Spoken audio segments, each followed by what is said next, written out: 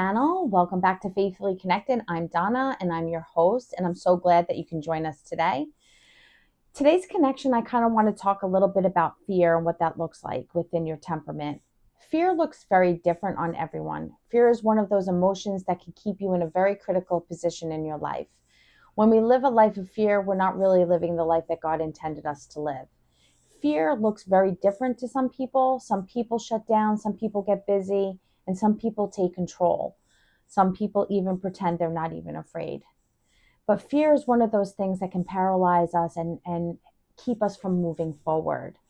It doesn't just disappear because we manage it differently. So today I wanted to talk about fear through the lens of temperament, not to label anyone, but to help us understand why fear shows up the way it does in our lives and how God meets us right where we are. This isn't about fixing fear, it's about understanding it and letting God bring the peace instead of shame. Fear doesn't always just look like it's in a panic attack or anxiety showing up in our lives. Sometimes fear looks like overthinking, avoidance, control, people pleasing, perfectionism, busyness, and emotional distance. Fear often shows up as a self protection, especially when our emotional needs haven't felt safe. Temperament doesn't create fear, it reveals how we respond to it. So I'm going to go through the temperaments and give you a little better of understanding of what that might look like. So for a melancholy, fear often lives in the mind. Melancholies tend to overthink possibilities, replay conversations, anticipate disappointment, and withdraw emotionally when overwhelmed. Fear for a melancholy often sounds like, what if I get hurt again? What if I fail? What if I trust and it falls apart? That can be very devastating.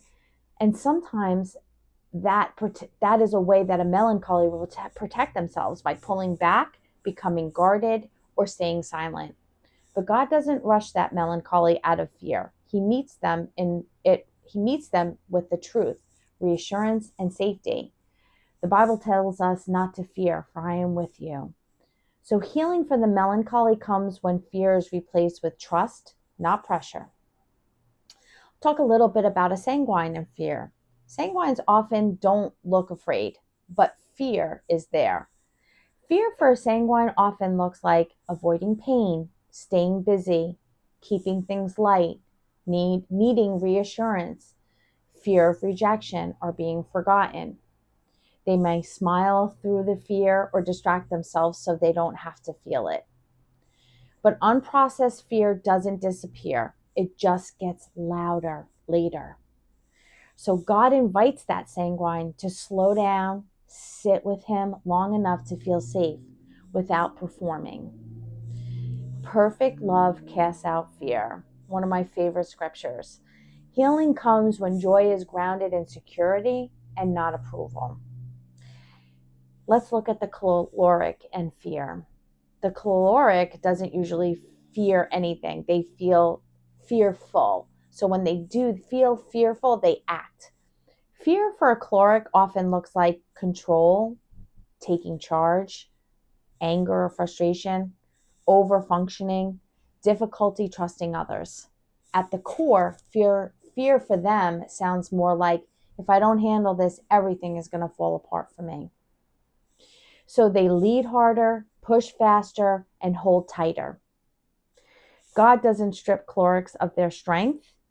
Instead, He teaches them how to surrender it. Be still and know that I am God. Another one of my favorite scriptures.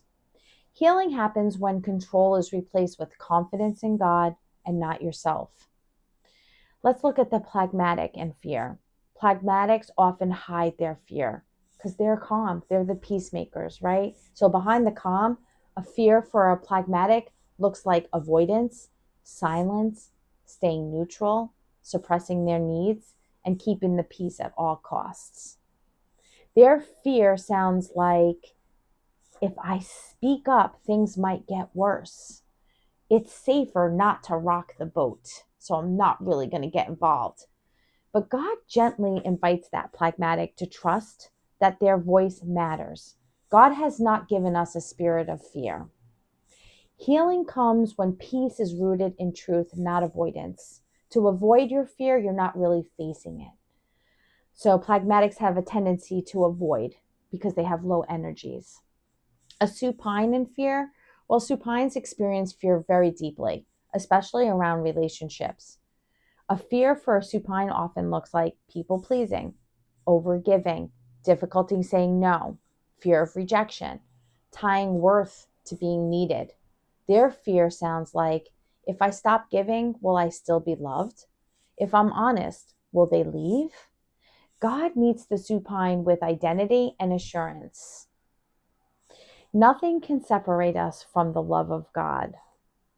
This is a biblical truth. And healing comes when love is received, not earned. What God does with fear is completely different what the world tells us. God doesn't shame us for fear. He doesn't rush us, and he doesn't label us as weak. He meets us personally according to his design and how he designed us.